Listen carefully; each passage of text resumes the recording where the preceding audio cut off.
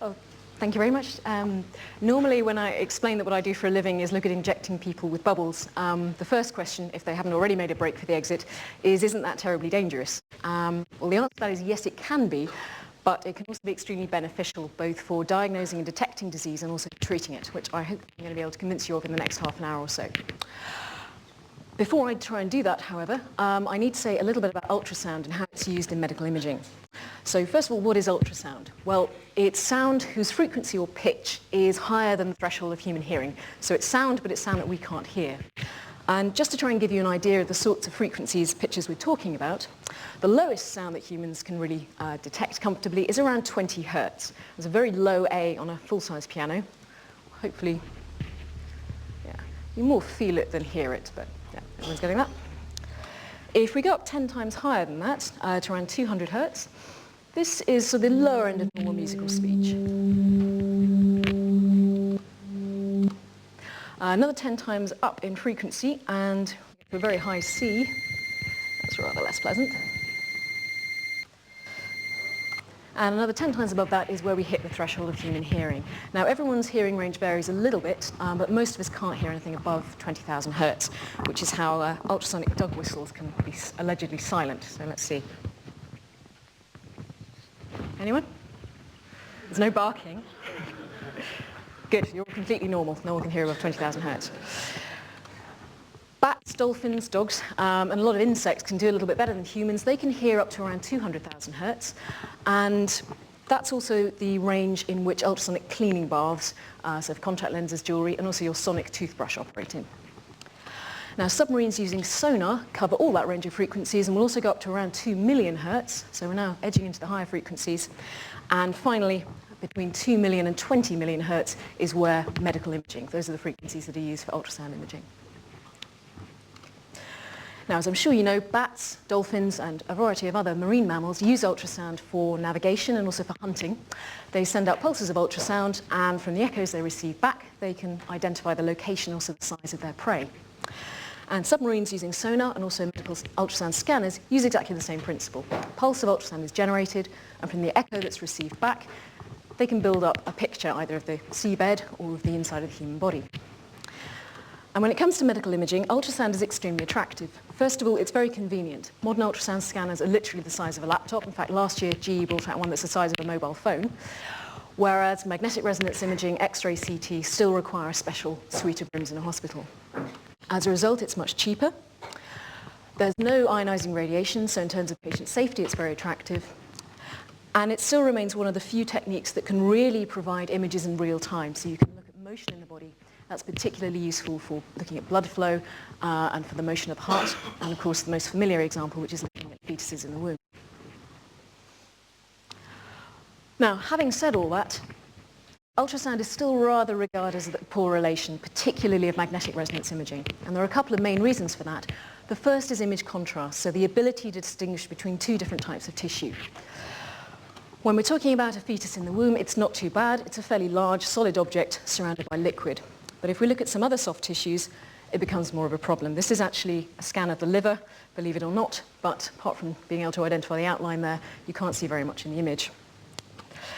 And that's the other problem, is obtaining finer detail with ultrasound requires going to even higher frequencies than that sort of 20 million hertz we saw in the first slide.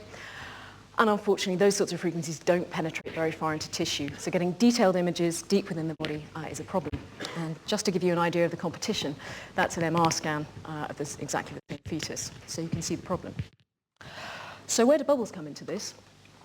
Well, it turns out that bubbles can provide a solution, or at least a partial solution, to some of these problems. And as with all the very best scientific discoveries, finding this out was a complete accident. In the late 1960s, a Dr. Joyner was performing a study of heart perfusion. He was injecting a dye into the heart and seeing how much of it came out. And at the same time, he was looking at the motion of the heart using an ultrasound scanner. And what he noticed, that every time he made a fresh injection of the dye, the brightness in the ultrasound scan increased. Now, it actually took about 5 years to work out that this was nothing to do with any magical properties of the dye. Well, they did actually try and patent it in the meantime. It was purely due to the injection process. Tiny bubbles of gas were being formed at the syringe tip, passing into the bloodstream, and that was what was increasing the brightness of the ultrasound.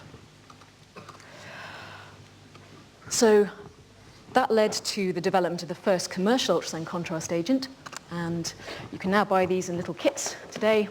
We have a little vial of freeze-dried powder, like the one on the screen, and it all comes ready in a syringe ready to inject.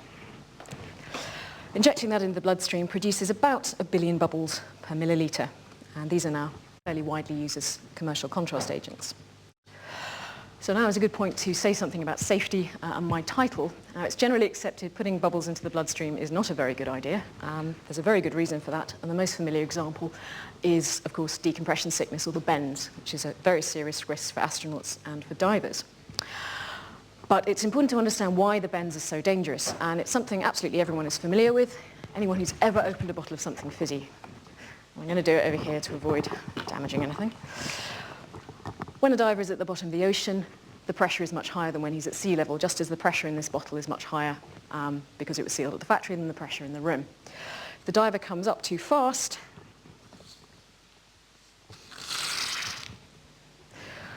the gas can no longer stay in solution. Big bubbles form, they rise to the top, they coalesce, and you can imagine that happening throughout the bloodstream is going to be extremely dangerous. Potentially, if it can block a major artery, a major blood vessel supplying the brain or the heart, it can be potentially fatal. Exactly the same thing could happen if you were injected with a large amount of air, which is why you'll always see a clinician tap the syringe to remove any air bubbles in the top of the syringe. And it's certainly cropped up in quite a few detective novels as an undetectable murder weapon. You inject somebody with a large amount of air, and there's completely undetectable murder. Now, my clinician friends assure me this would actually be an incredibly inefficient way to kill somebody, but the question still stands, why would you deliberately inject somebody with a load of bubbles? So why don't contrast agents cause bends? Well, there's three actually, very good reasons. First of all, the size of the bubbles. Contrast agents are manufactured to be smaller than the smallest blood vessel in the human body. That's around 2 to 8 micrometers, which is about a few hundredths of a human hair. So they're much too tiny to cause a blockage on their own. And then secondly, they're coated with a surfactant or a polymer coating that stops the bubbles coalescing and forming a larger bubble that could be dangerous. And then thirdly, they're always filled with a non-toxic gas that isn't present in the human body, so there's always a tendency for it to diffuse out and dissolve again rather than to form a larger bubble. So, having established they're safe, why do they actually work? Well, the main reason is because they're filled with gas. And consequently, there's a huge difference in the density and compressibility of the bubbles compared with the surrounding blood and the surrounding blood cells. And why does that matter? Well, if you imagine what's happening as ultrasound is passing into tissue, it's changing the pressure locally. At any point in space, the pressure is fluctuating periodically, so the tissue is being stretched and squeezed. Blood vessels, blood cells don't respond very much to this pressure change, but gas-filled bubbles will oscillate considerably. They'll change their volume, and that's what produces the large ultrasound echoes. See the animation, and just to prove my animation isn't made up, this is actually a high-speed video camera of a real contrast agent bubble oscillating in response to an ultrasound pulse. So although they're about the same size as blood cells, they produce a much, much stronger echo.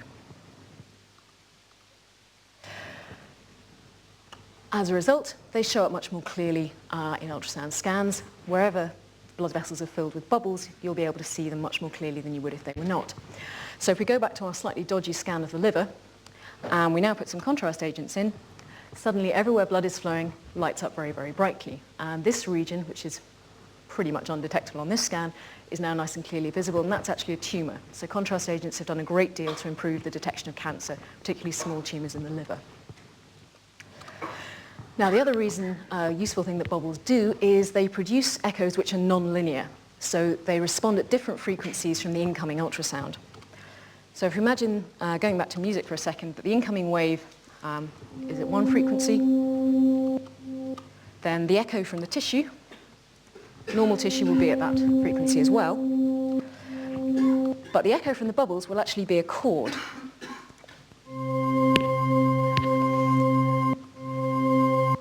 Very high frequency chord, but it will contain multiples or harmonics of the incident frequency. And by using those harmonics, or those nonlinear components in the signal, to produce the image, you can produce an image of just where blood is flowing, just where the bubbles are, without any clutter from the surrounding tissue. Hence why they improve contrast dramatically in ultrasound scans. And this is just to show you that in real time. This is another scan of the liver, and as you watch, the contrast agent is washing into the blood vessels, and in a second they'll start to stand out very clearly. There we go. So all the blood vessels can now be seen. So this has proved invaluable for looking at perfusion problems, and particularly in cardiology. Okay. Now, in the last 10 years or so, people have started looking at bubbles not only for imaging, but also for therapy. And the first sort of application has been using them as microvehicles for drug delivery. The idea here is that the bubble can be loaded with a drug or DNA, another therapeutic material, in a very thin layer surrounding the gas core underneath the outside shell. The bubbles can be traced through the body using low-power ultrasound, but when it reaches the target site, the ultrasound power can be increased, the bubble is broken open, and the drug is released. And that has the potential for greatly reducing harmful side effects, for example, from cancer chemotherapy drugs, because you can restrict the release of the drug to, for example, the region of a tumour. And you can enhance that effect even further. That's not low-frequency sound from me. By putting molecules on the surface of the bubble that will actually bind to particular sites within the body, for example, cancer cells or anywhere expressing inflammation. Now, it turns out that bubbles don't only act as vehicles for drug delivery. The motion of the bubbles themselves actually increases the uptake of the drug. These are some experiments we've been doing with gene therapy. And as you can see, what we've done is we've exposed cells to a liquid containing a firefly DNA. And if the gene is successfully transferred into the cells, they glow like fireflies. And what we see is that when they're exposed to ultrasound, we see a little bit of an effect, and that's actually been known for quite some time, that ultrasound will improve drug delivery. But in the presence of microbubbles, that effect is dramatically increased. It's a 20-fold increase in efficiency. So bubbles can do a lot. And the interesting thing is that you don't need very violent bubble behavior to achieve these effects. These are some beautiful videos taken by my colleagues in the Netherlands of bubbles oscillating against a cell. As you can see, it's really quite gentle bubble motion that is inducing these sorts of effects. Now, I should say at this point, we still don't fully understand exactly what's happening and exactly what the mechanisms are, but it seems to be that somehow the motion of the bubble is stimulating the natural uptake mechanisms in the cell membrane. So if there are any biologists out there who've got an opinion on that, I'd love to hear it. So those are the gentle bubble oscillations. If we now turn the power up a little bit more, bubbles start to behave quite violently. They expand and then collapse, break up. And the forces generated during that process are actually sufficient to cause quite significant tissue damage. And that's being looked at therapeutically for dissolving blood clots. So for stroke treatment, if you can dissolve the blood clot as quickly as possible, you can minimize the damage of something due to a thrombus. And in fact, again, in the last 10 years, people have worked out that this effect has been used clinically for quite some time without it being realized in lithotripsy. So this is used for breaking up gallstones and kidney stones. And for a very long time, it was thought that by focusing a shockwave tightly into the body, frequency of that sound would cause the stones to resonate and break up. But what another group in the Netherlands have shown, in fact, it's the motion of the bubbles created by the shockwave that cause the stone to break up. You can see the power of the bubble is actually sufficient to break up a very hard calcification. So anyone who tells you ultrasound is completely safe is not entirely telling the truth. Another project that we're working at UCL, in a project jointly with the Institute of Cancer Research and the University of Oxford, is looking at ultrasound surgery. So this is where very high power ultrasound is tightly focused into a very small volume within the body, and by focusing the power into that volume, the temperature can be increased sufficiently to actually destroy the tissue. Essentially, it's been cooked. And the advantage of that is that because the energy is focused so tightly, the surrounding tissue is untouched. So it's very attractive as a non-invasive method for cancer treatment and a number of other conditions, compared with, for example, chemotherapy or radiotherapy or other methods where you have to actually go into the body. And bubbles help in 3 different ways in this case. The first is this mechanical eroding effect. At sufficiently high ultrasound powers, the bubbles will literally blast a hole in the tissue. The tumour is gone because it's been vaporized effectively by the bubbles.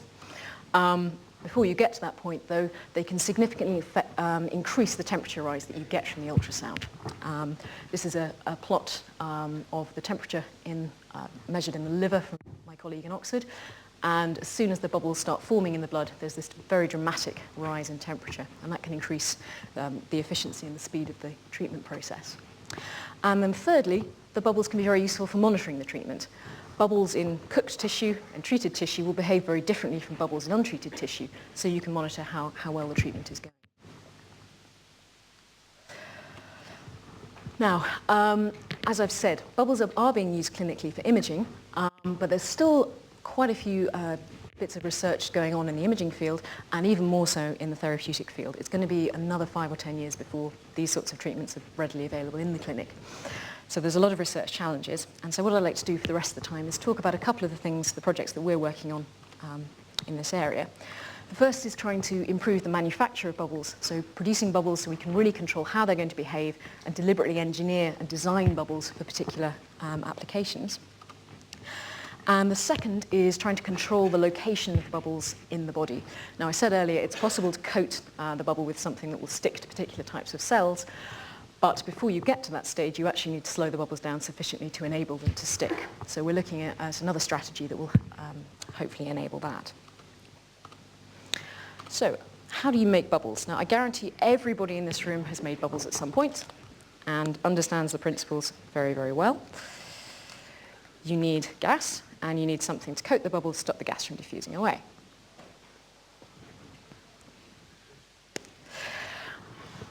So you can blow them individually, or, as you also know, if you have some surfactant, and you don't drop everything on the floor, and you shake it very, very rapidly, you can generate lots of bubbles.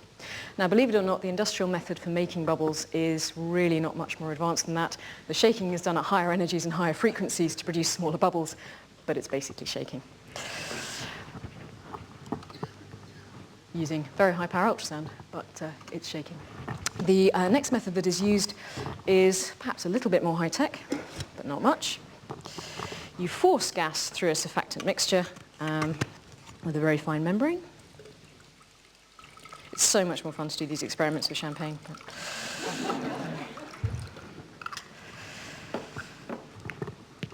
And again, the industrial equipment that is used to do this looks very, very like a coffee plunger. Look at that. I should have filled it a bit more. There we go. More bubbles. In the last 5 years or so, people have started to look at slightly more high-tech methods, including inkjet printing, so individually printing bubbles. And then the two methods I'm going to talk about today, which are the ones we've been studying at UCL in the encapsulation group, are electrohydrodynamic atomization, or electro spraying, and microfluidics. So the basic principles of electro spraying are that you have a liquid jet, or fluid jet, which is subjected to a very high voltage electrical field. The surface charge that's induced by that causes the jet to be focused down into a very fine jet, which then breaks up under surface tension to form droplets. By very carefully controlling the flow rate of liquid into the nozzle and the electrical field, you can control both the size of the droplets and also their uniformity, so you can produce pretty much identical droplets. And if you then add another concentric nozzle to that, you can produce multiple layered droplets, and if we then substitute the first liquid for a gas, we can form bubbles. And in fact, we can then form multiple layered bubbles. So the apparatus for this, we need a high-precision syringe pump to control the flow rate, obviously an electrical power supply and a camera to monitor the process. And these are some beautiful pictures taken by my colleague, Professor Edgar Isinghe, of the droplets in the very fine jet being formed. The other method is really actually technically a bubble wand, but on a very, very small scale. It's in principle simpler, but actually more complicated in practice. A stream of gas and a stream of liquid are brought together at a very narrow junction, and eventually, again, the competition between viscous and surface tension forces causes small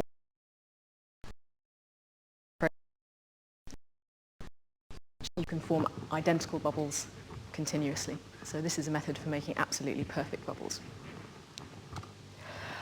And just to show you a comparison between the sort of existing technique, the shaking method, sonication, and electrospraying and the microfluidic technique, and as you'll see, the uniformity of the microfluidic method is greatly improved compared with certainly the original method. In the last sort of few months, we've really managed to drive the uniformity of this method, not quite down to this level, but getting close. So. But size isn't, size isn't everything. there are a few other considerations, in particular the size of the nozzle that you need and whether you need to operate in a clean room. And the disadvantage of the microfluidics is you're using a very, very, very tiny orifice that is about the size of a bubble, so a few microns, it's very easy to block it, whereas with electro spraying you don't have that problem because the focusing is being done by the electrical field. So there are relative pros and cons, and we're still working on both methods to see which one's going to be best. One of the things we have done with electro spraying is demonstrated it is possible to produce multi-layered bubbles. This is just olive oil and glycerol, and then a model bubble with an air core and a layer of olive oil and glycerol. So this would be a sort of a model for a drug-filled bubble where the drug could be dissolved in the oil and then the surrounding coating around the gas. And it's also been demonstrated by our PhD student, Mingwei Chang, that it's also possible to control the thickness of the shell around a bubble, which is very key to determining its acoustic properties. And just by varying the viscosity of the liquid that you have, you can produce thicker and thicker shells. And that's also very important for drug delivery. Okay. Now, our other challenge is dealing with targeting of the treatment. As we've seen, bubbles have shown a great potential for therapeutic applications. They're much safer than viral transfection methods, which are the most efficient currently. We have this sonoporation effect where the motion of the bubble enhances cell uptake, and of course they're inherently imageable. We can use ultrasound to trace where the bubbles are at any time. But to achieve these effects, the bubbles really need to be right against the cells. They need to be very close to the target region. You need to have sufficient of them to deliver enough drug. And you can't let them wash around the body forever because, of course, they will be destroyed in the wrong place. So what we've attempted to do, this is a collaboration with Professor Quentin Pankhurst at the Royal Institution, is to load our bubbles with magnetic nanoparticles that will enable them to be localized using an external magnetic field. So this is just showing you some magnetic bubbles under the microscope. As we bring a magnet to the side of the slide, we can drag them all to wherever we want. So the advantage, obviously, is that we can localize them, we can target them within the body just mechanically. It also allows us to image where the remnants of the bubbles have gone using MRI imaging, which is quite useful. A side effect is they actually produce better ultrasound contrast, but that's for another day. And what we hope is that there'll be increased cell uptake due to being able to concentrate the microbubbles, to localize them to the target site, and to bring them into close proximity to the cells. There's also a very interesting phenomenon looked at by a group in Germany known as magnetofection, where the oscillation of magnetic particles by a magnetic field against the cell also can help with cell uptake. So we're exploiting that effect as well. Now, we've been mainly looking at this in cell experiments, so in vitro, using quite a simple cell model. We have a monolayer of cells. We have, again, our firefly DNA in the mixture that we're trying to deliver to the cells. And then we add our magnetic microbubbles and expose them to ultrasound. And we've tried a number of different types of bubbles. So we have our normal bubbles, no magnetic material, magnetic liquid bubbles, so there's no gas in there, so they shouldn't respond to ultrasound as our control, and then our magnetic microbubbles. For those of you that are interested, that's the recipe. But, save time for questions. And then we try our 3 different bubble preparations. We look at cells on the top of the surface or on the bottom of the surface of our little chamber so that buoyancy is either helping or hindering us. And we then expose them to the ultrasound and or the magnetic field in different combinations. Now, seeing as we need to do 20 tests of each of these permutations, any mathematicians in the audience will know how many results I would be about to show you, but I'll give you the edited highlights. With just exposing the cells to bubbles, we don't see any transfection, as you would expect. Exposing them to ultrasound and normal bubbles, we see a little bit. With a magnetic field, again, we see a little bit, and we think this is due to magnetofection because there's really no other mechanism operating. But then when we have our magnetic microbubbles, we see this enormous increase. And just to give you an idea, this is the result with a normal contrast agent. So it's quite a significant improvement. And we're very excited. In the last couple of months, we've just started to move into a mouse model to demonstrate this effect in vivo. And we've shown that when we do normal targeting, we would be getting transfection in the heart. We've actually managed to move it to the right lung using the magnetic field. So we demonstrated a total shift of our therapeutic effect from one organ to another, just using the magnetic field. So I promised I would leave time for questions. So just to sum up, I hope I've convinced you that bubbles can be extremely useful in biomedical applications for imaging, for contrast enhancement, for blood flow measurements, and also for therapeutic applications, for drug delivery, for gene therapy, and also for the higher power applications for treating stroke, lithotripsy, and ultrasound surgery. So it remains for me to thank my colleagues and our students, without whom I'm really just the spokesman. As with all science, this is a team effort. These are most of the people doing the real work, and of course our funding bodies. And thank you very much for listening. Thank you.